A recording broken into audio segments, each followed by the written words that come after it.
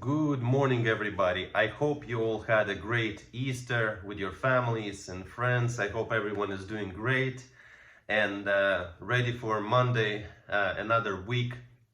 I'm here sitting, just came back from workout, and suddenly, some of the thoughts I want to share with you came into my mind right before I wanted to start cooking. So I postponed the cooking and decided to talk to you about genetics. While I was on a training, I was scrolling through Instagram after training, and I've seen some of the people, men from Africa, and their bodies were, I cannot even describe how phenomenally proportional, aesthetic, lean, and natural looking their physiques were on those pictures. And of course, yes, I understand the Instagram and stuff, but trust me, the individuals that I've seen were just mind blowing. And I thought, I'm like, this is impressive. This is impressive. And this is probably 1% of genetics, 1% out of 100. After I appreciated that hard work with my eyes, I thought about comparison my genetics to these gentlemen, and the thoughts I decided to share with you right now. So this video is called Accept Your Genetics. And for a long time, probably up till maybe 2 years ago, I could not accept my real genetics without being delusional, without self-lie, and just being honest with myself. I could not accept, and I'll tell you why. People who follow me for quite a while know that I come from bodybuilding. I come from competitive bodybuilding area in early days. I come from bodybuilding industry, which includes sport nutrition and everything. And I come from everything that bodybuilding includes. And as I've been telling you for quite a while, and I'll remind you again, that bodybuilding is type of narcissism, that you want to look your best, you want to impress yourself and the judges on the competition and the people around with leaner physique, with bigger muscles, with more proportional, well, I don't know about now, but at least before, more proportional physique overall. And you become an addict of that. What does it mean? That means you look certain way, let it be before competition, and after competition you are not looking the same you've been, because obviously you've been depleted, low body fat, and you looked great, lean, plus the light, plus the tan, you looked amazing, and then you let the discipline go a little bit. Doesn't necessarily go, but just you, let's say, transform to off season, and you look at your competition pictures and you're like, man, I can't be at least like that or better than that. And you feel miserable because you kind of had this visual look that you chased for quite a while, and then it disappeared, it transformed to a little chubbier look, and you feel depressed. So you start trying maybe to get that look back, and in a lot of cases you become a prisoner because the perfection doesn't exist, and for you to get to that pro competition level you have to sacrifice a lot, and naturally, physically, you cannot maintain that 24/7, and that's the fact that makes you feel depressed. After giving you this particular example, I would like to tell you why I actually gave that example.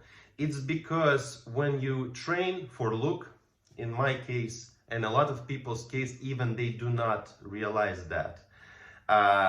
You pay attention to the best of the best, like the best athletes all over the world, past, present, that motivate you.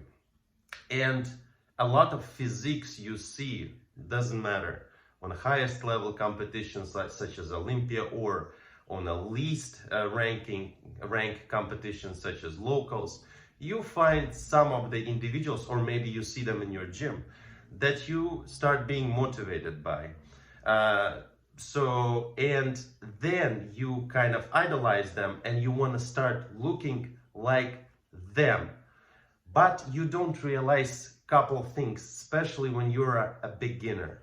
Every one of us has genetic potential. It's either physical or can be mental, can be both. We all have potential. Each single individual around us has potential in something. Something that he can be great in. Something that he can be that easygoing in, such a work that he only can do. But the problem is to discover that passion. So people get distracted. They get distracted with work, routine, family, which is normal, which is what we're supposed to do. So throughout the years, the talent that is there in you, it may not be discovered. But if it's physical talent, there comes a point when your body physically already will not be able to do some kind of intense type of workout or athletic stuff, and that leaves you with never discovering your talent. And what I'm trying to say by that a lot of people that are professional athletes that you see on the local shows or in the local gyms or anywhere, they are gifted.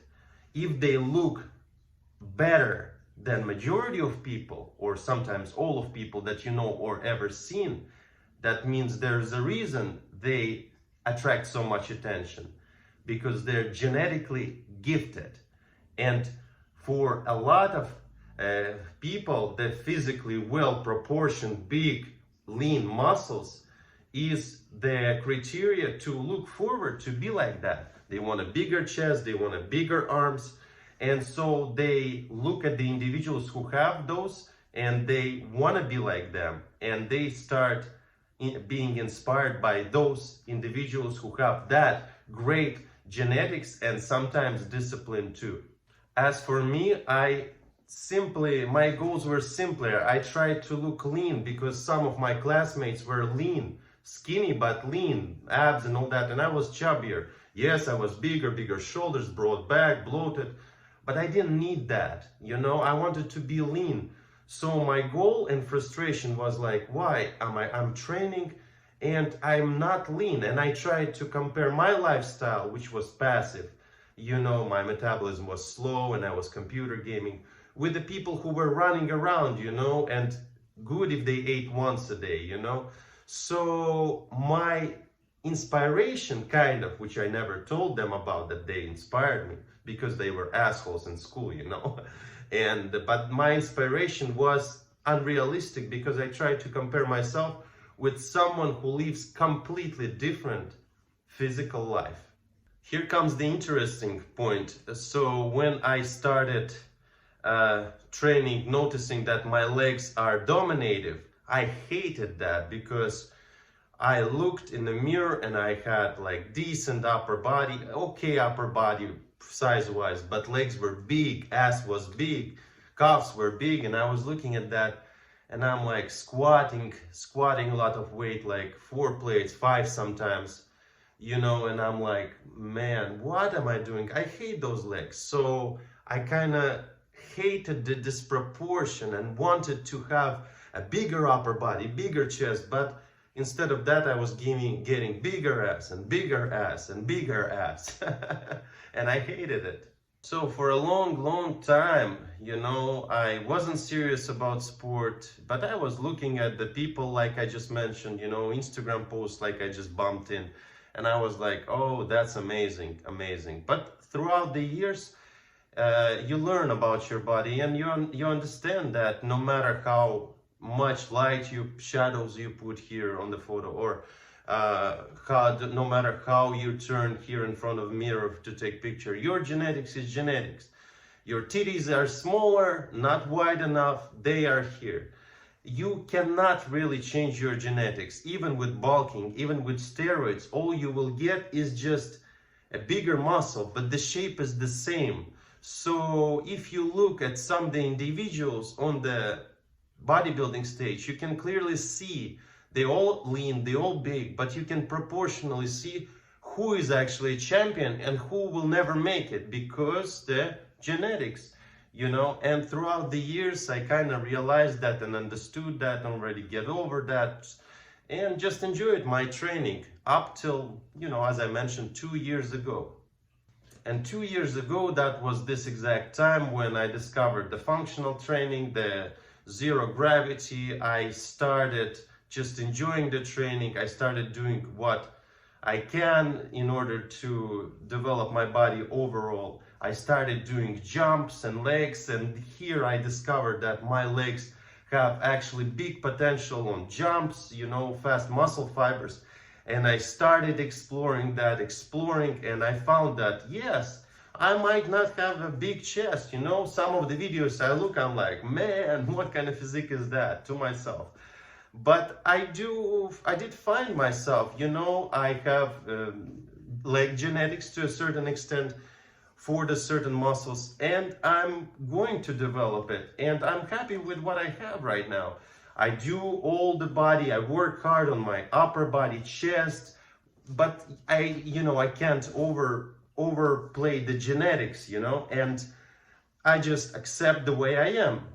And that's what I mean by being real with yourself. So identify what is there genetically that is your advantage, what is that you like, you know. Dig in out of yourself that potential. If you like physical training like we all here do, if you're passionate about it, then find your own discipline. You know, it can be anywhere, and that should be your goal in physical training. And do not limit yourself with the gym, because in the gym all you do is increase slow muscle fibers by pressing heavy weight up and down. Explore, and that's what I'm saying. So the gym disables that potential. If you just blindly go to the gym right away, you may not ever discover what sport you would be perfect at.